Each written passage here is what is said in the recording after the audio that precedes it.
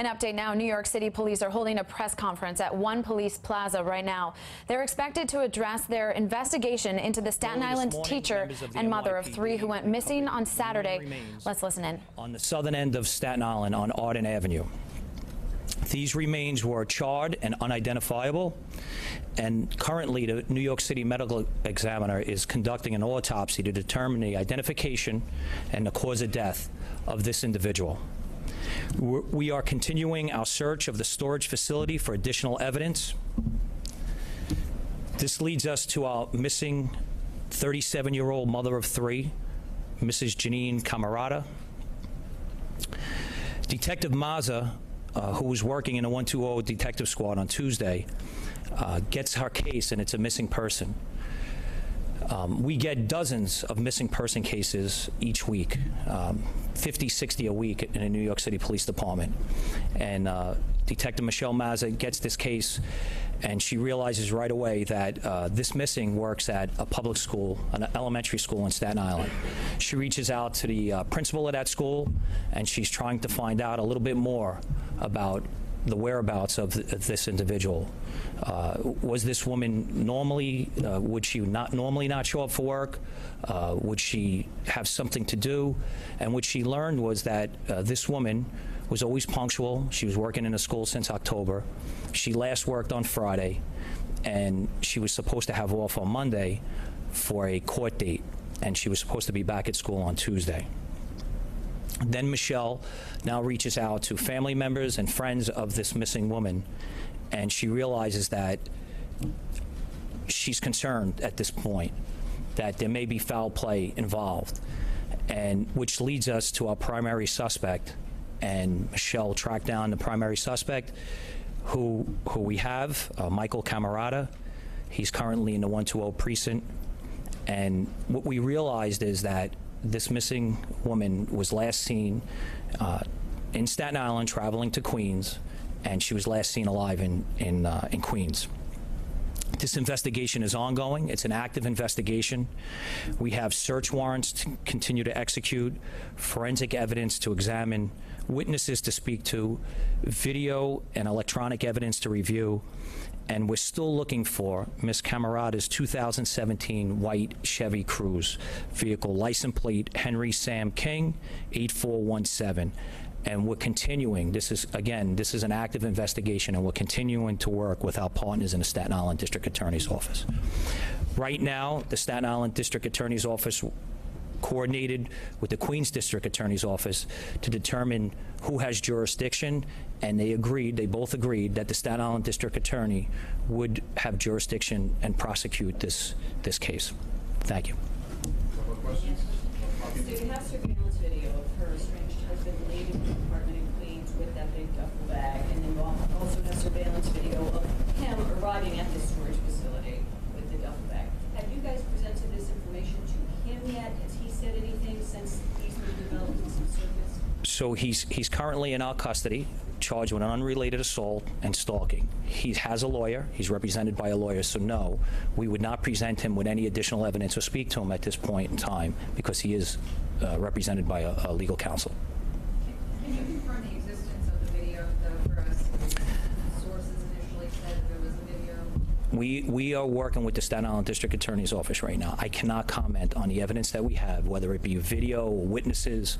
I cannot comment on that right now. It's still very active. These charges have to be drawn up.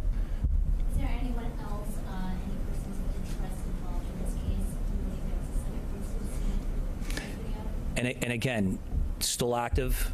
We're going through all the facts with the Staten Island District Attorney's Office, and if there is someone else involved, we will learn that person, the identity of that person, and we will charge them as well. But there currently is no one else charged with this. There's no one charged with this murder at this point. Again, we have Michael in custody for an unrelated assault and stalking. There's no second person being charged with this as of yet.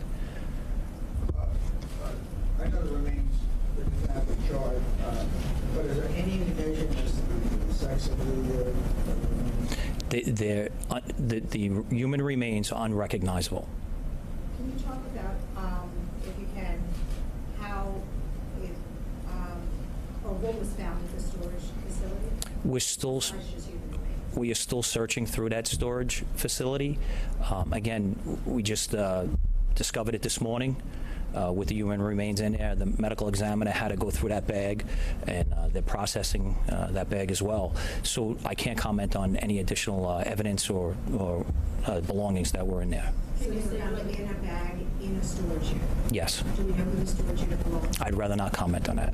Can you talk about her last, or what you know of her last movements, or you saw her publicly, or you saw her, or where you saw her perhaps on video? She was last seen on Staten Island, traveling to Queens, And where to Queens? in Rockaway, Queens. And where to in Rockaway? I'd rather not give an address at this time. And did she, It was Saturday evening. and did she ever leave that location? Was she seen after that? We have not seen her alive since that Saturday evening. And what were you able to find at that location? I'd rather not comment on the evidence or on that were recovered or will be recovering at that location. Do you know if anybody, if there were any relationship to charred remains in that location? I'd rather- Anything occurred there? I'd rather not comment on the evidence that we're recovering at either location at this point. Can you elaborate on the assault, and can you speak to what any orders were in place, the IRs? They have had a history. The Staten Island District Attorney's Office and Staten Island Family Court are familiar with their history since going back to 2016. And those unrelated charges are pertaining to that history which led up to that.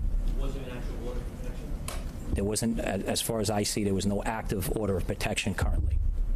Can you specify on the children's location from when she was last seen on Saturday? Did she drive with the children, and where are they up to this point? The children were with the at the ex-husband's or the estranged husband's household, and ACS has placed those children in care right now.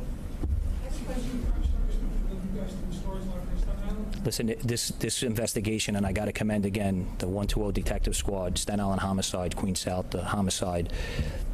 There's different things that led us, different investigative facts that led us to that location, and I'd rather not comment specifically on which one or how many. So at this point, the charges he's being held on have nothing to do with the missing persons case? Right now, he's being held on unrelated assault and stalking. With the discovery of these human remains, the investigation has taken a turn, and the investigation taken a turn into a murder investigation.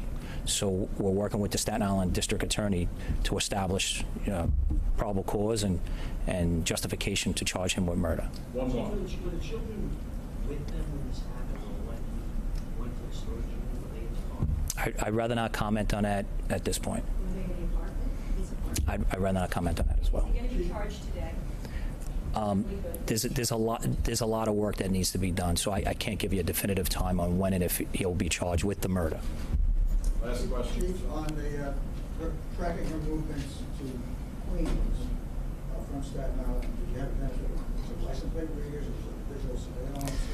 We're very fortunate with technology that we have a lot of different means to track the whereabouts of vehicles and people. So I'd rather not comment on the specific ones that we use, but yes, we did use modern technology. Okay, thank you. Charred and unrecognizable. Thank you.